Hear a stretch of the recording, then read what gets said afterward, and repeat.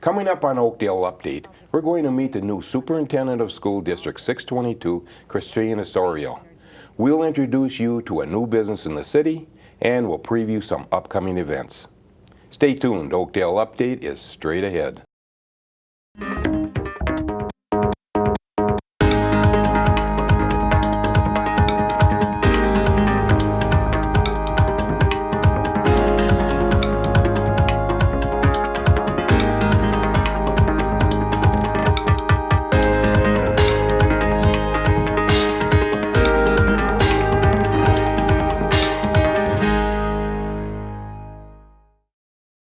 Hello, welcome to Oakdale Update. I'm your host, Frank Orsello.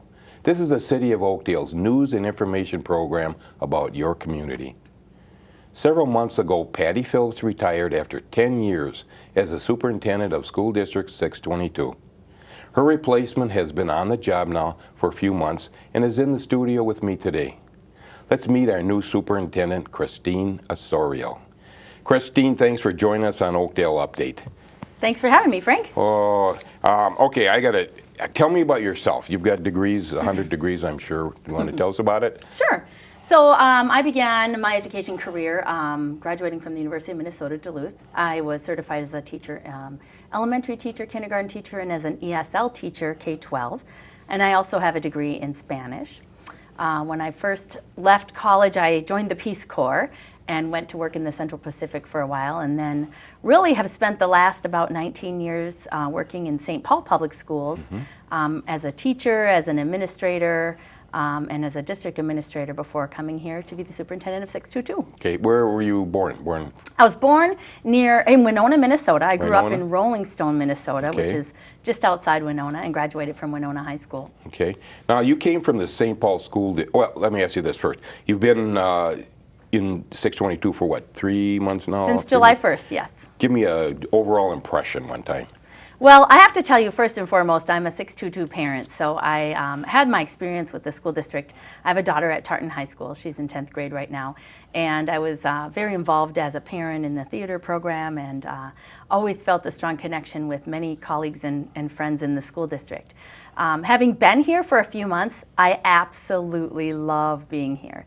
We have a team that is just top-notch, amazing teachers and principals, and so many people really invested. The thing that has struck me the most coming to our school district is the deep pride everybody has. Yes. I just had a great meeting last week with the school bus drivers, and I asked them, how many of you all live in our school district? Almost every single hand went up. Oh, really? And they have deep pride. They often, many have graduated from our high schools, love to have the banter of whether they're a North or a Tartan grad, and deep pride. And a willingness of everybody to really work hard for our students and for our families. How's the relationship with the parents in this district? Oh, fantastic. Is it good? Over the last few months, I've literally been to just about every single parent group at every school, every PTO or PTA meeting, and had a good conversation with each and every group, and just fantastic parents. I'm constantly struck by how often they want to do more to help. They want to learn about the school district, and they want to get involved, and just great synergy and camaraderie of the families. And they're all volunteer people too, yes, right? A lot of volunteers. Absolutely. Okay, we can take that all the way back to the ball teams and everything else. Oakdale has always been the district has been pretty proud of their parenting, I guess, huh? Absolutely. Yes. Strong, involved families. Absolutely.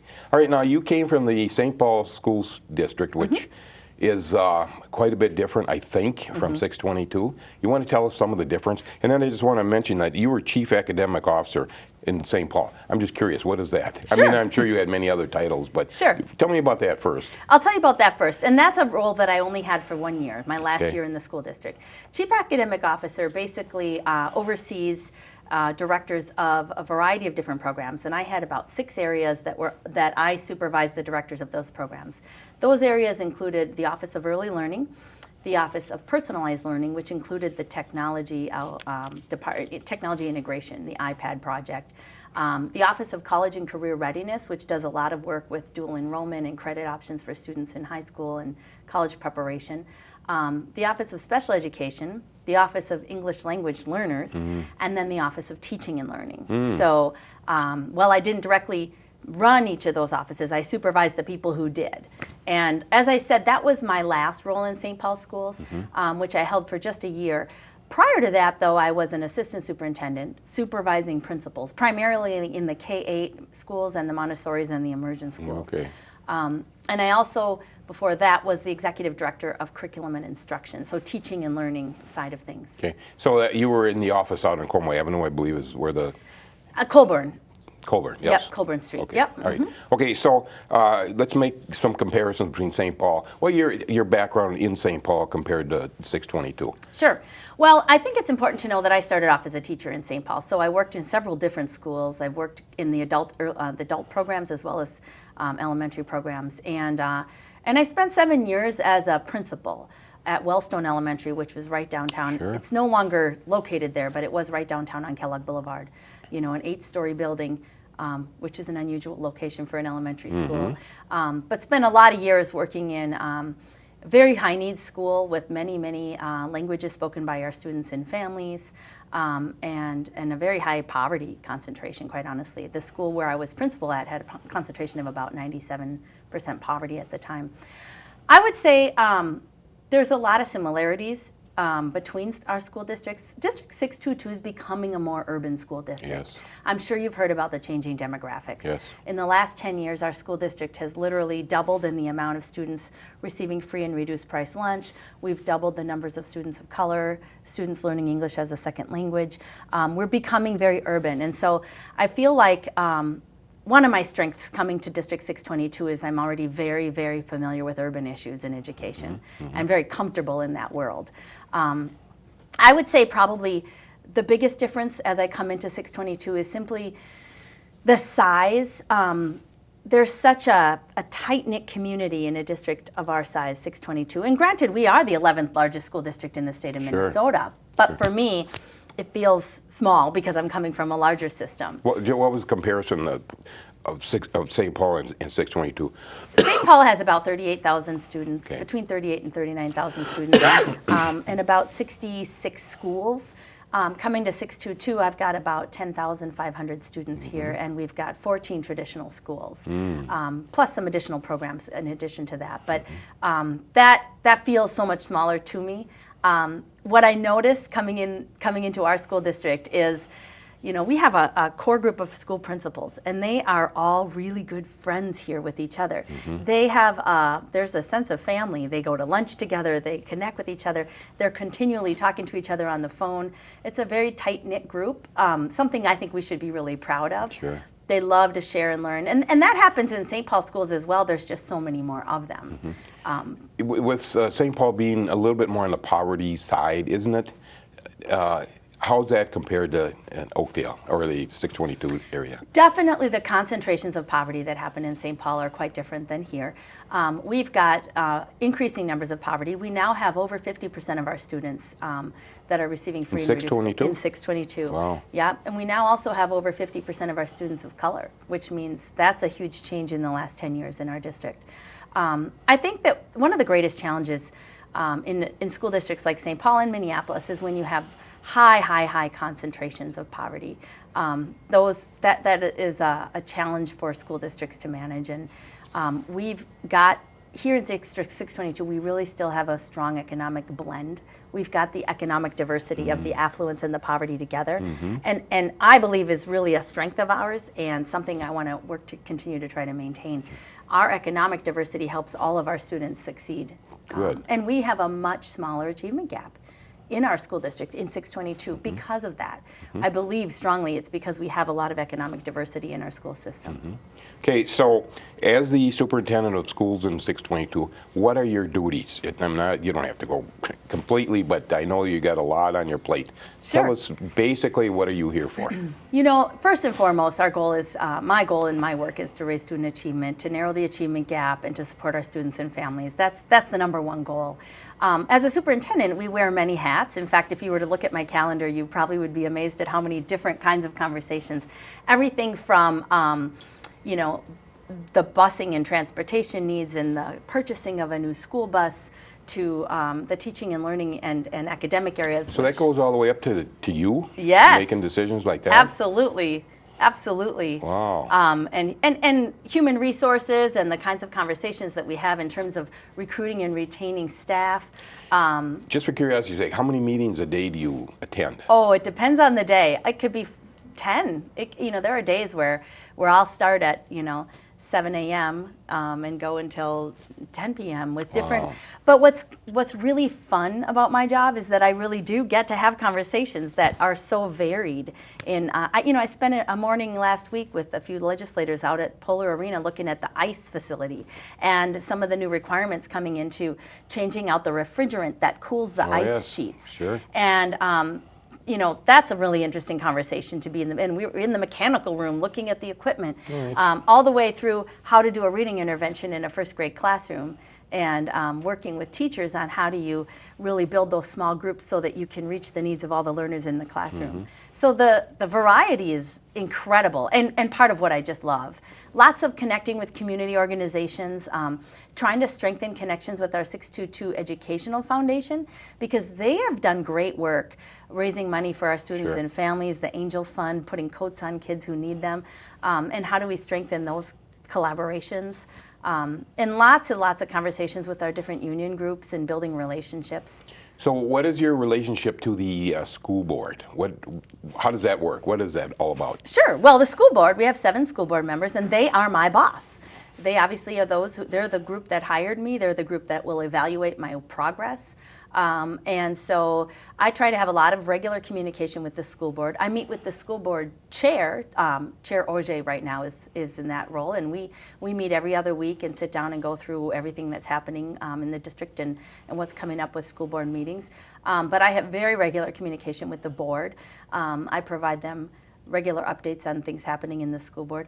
Lots of conversation about the roles of school boards. There's the role of governance versus management is something that we talk a lot about, and our school board's really got a great, they're so supportive of developing and establishing policies that are really going to help our students be successful. We have a fantastic school board in District 622. I can truly say there's not a single member on that board who isn't there truly for kids and for And they're families. mostly civilians too, aren't they? Yep. I mean, they're not necessarily educators. Right. So how does that work with you being an educator and knowing the ins and outs of the education field to these people who are civilians, and you could almost say don't have the slightest idea what's going on in the school district? I mean, not that way, you know what I mean? Right. Well, Yes. I think that's one of the beauties of our work study sessions that we have together when they're not formal board meetings, and we sit together, and you'd be surprised how much they do know now about our school system and about They achievement. rose to the occasion, I'm sure, Yes. once they became We've members. done a lot of professional development, and we do a lot of presentations and work sessions where we dig into the data, we dig into the ongoings in the classrooms. And what's really great about our school board members, especially when they've been on for a while, they really do know a lot more than you might think because they've spent so much time asking good questions and learning. Are they full-time people in this job? Is that a full-time job? No, no. They all have regular jobs, and okay. so they participate in the school board meetings and school board functions. And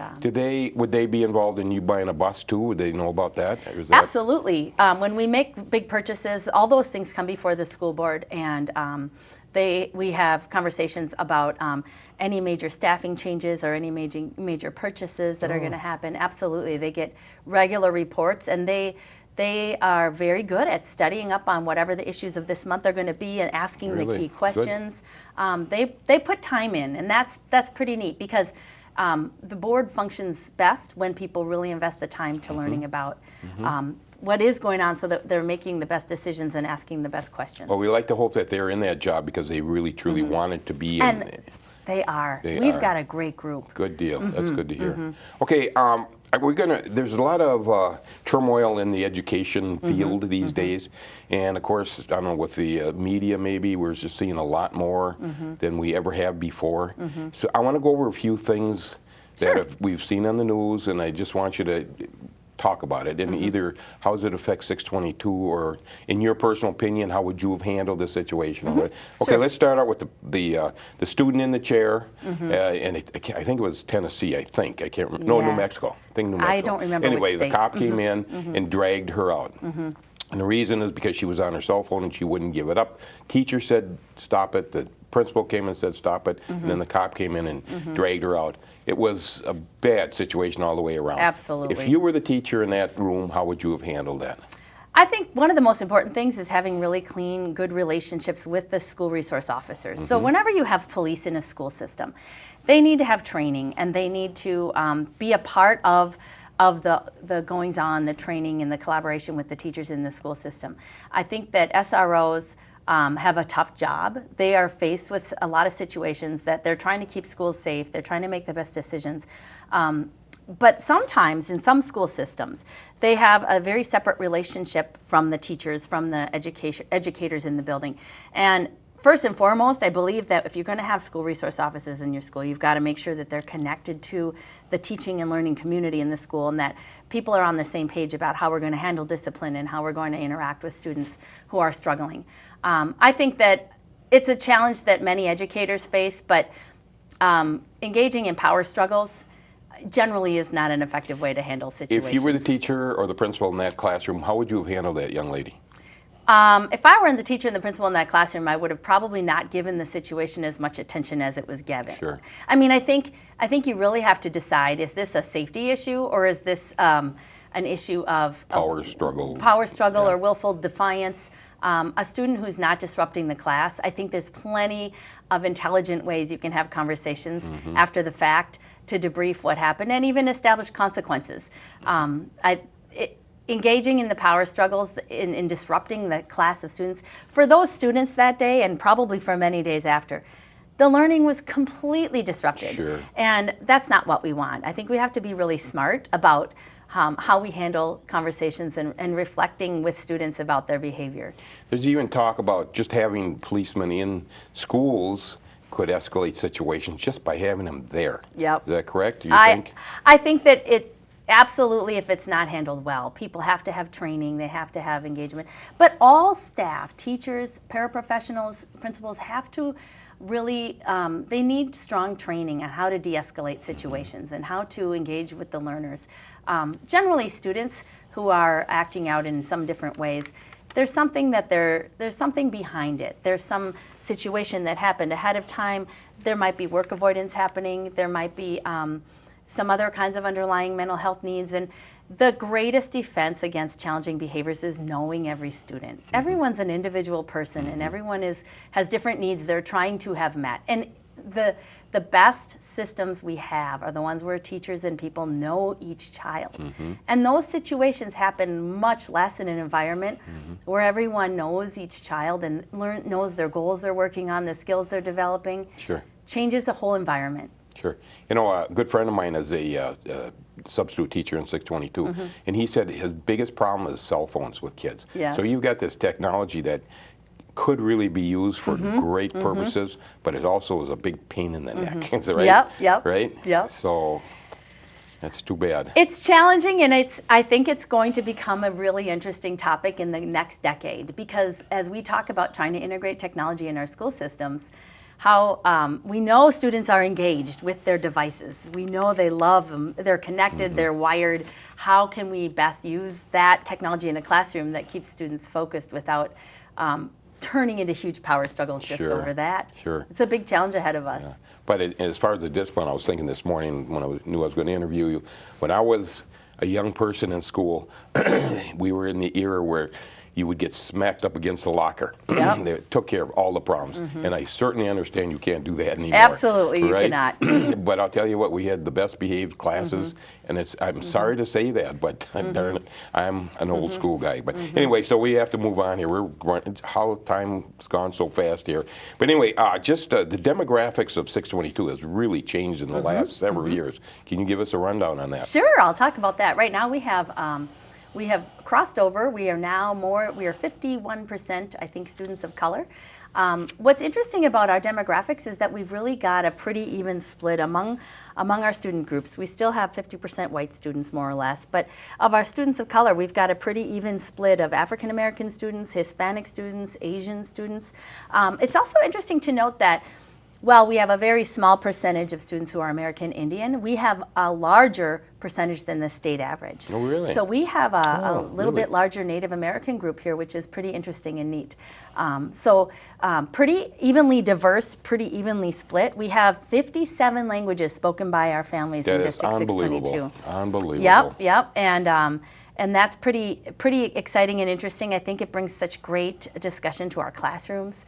And we're working really closely with all of our teachers to really bring culturally relevant teaching and student voices into the lessons. What are you finding with these students of different nationalities? Are they here? Are they appreciating the education they're getting and all that? And they're probably second generation kids from the old country. And some are first generation. We do have some who are brand Okay. new to the country and just learning English. Parents that I've talked to, and I've spoken with many groups, are incredibly impressed with our schools in 622. They feel that we've got just such a strong system. We do a lot to do interpreting services and provide outreach to families with language-specific outreach and just really strong school systems. Our students do best when they have native English-speaking peers around them to help model and learn, and when we've got that economic diversity and the language diversity, it really raises up all groups of students. Well, we talked before about the language, different languages.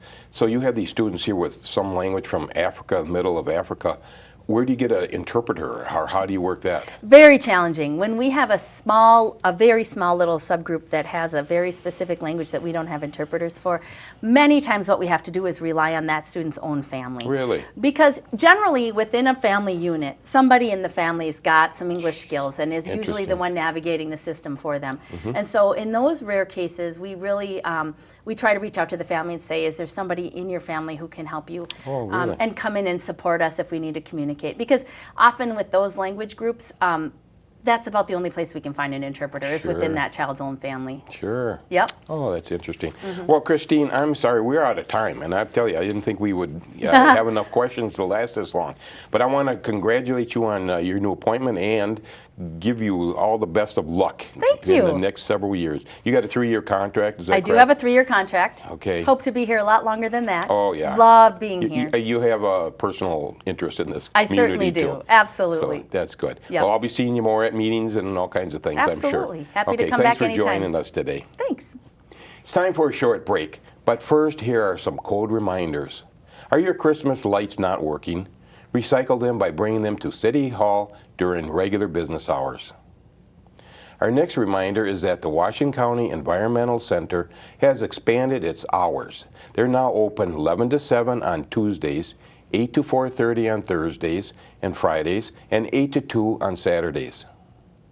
Stay tuned. We'll be right back with more of Oakdale Update in just a minute. Community media, from my point of view, is organic. It's power. Public access to me gives me an opportunity to get my word out to the larger community of the town that I can't get to on my own. This is good programming. This is what people say, well, how come they don't ever write anything good in the news, right? This is the good news. What we're doing is critical, it's important. We have to stay energized and motivated to do this work in our community, but understand that our real mission is to hold up our part as we encourage others to hold up their part around the planet.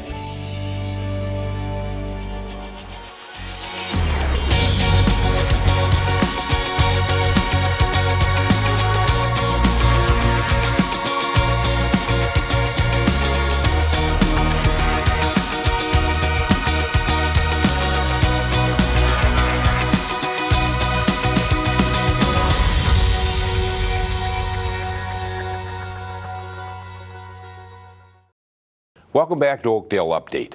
It's now time for our Defining Development segment. Every month we profile a new business in our community. This month we'll take a look inside the new Hy-Vee grocery store.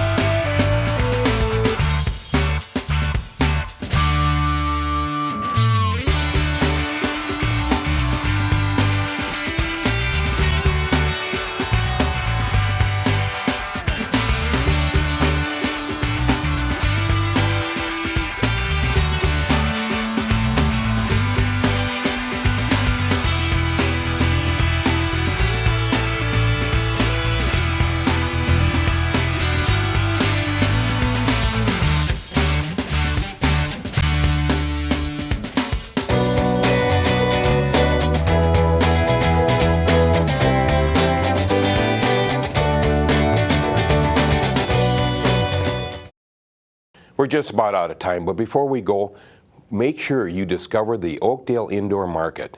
It begins on December 5th at the Discover Center at 4444 Hadley Avenue. It's the perfect place for holiday shopping.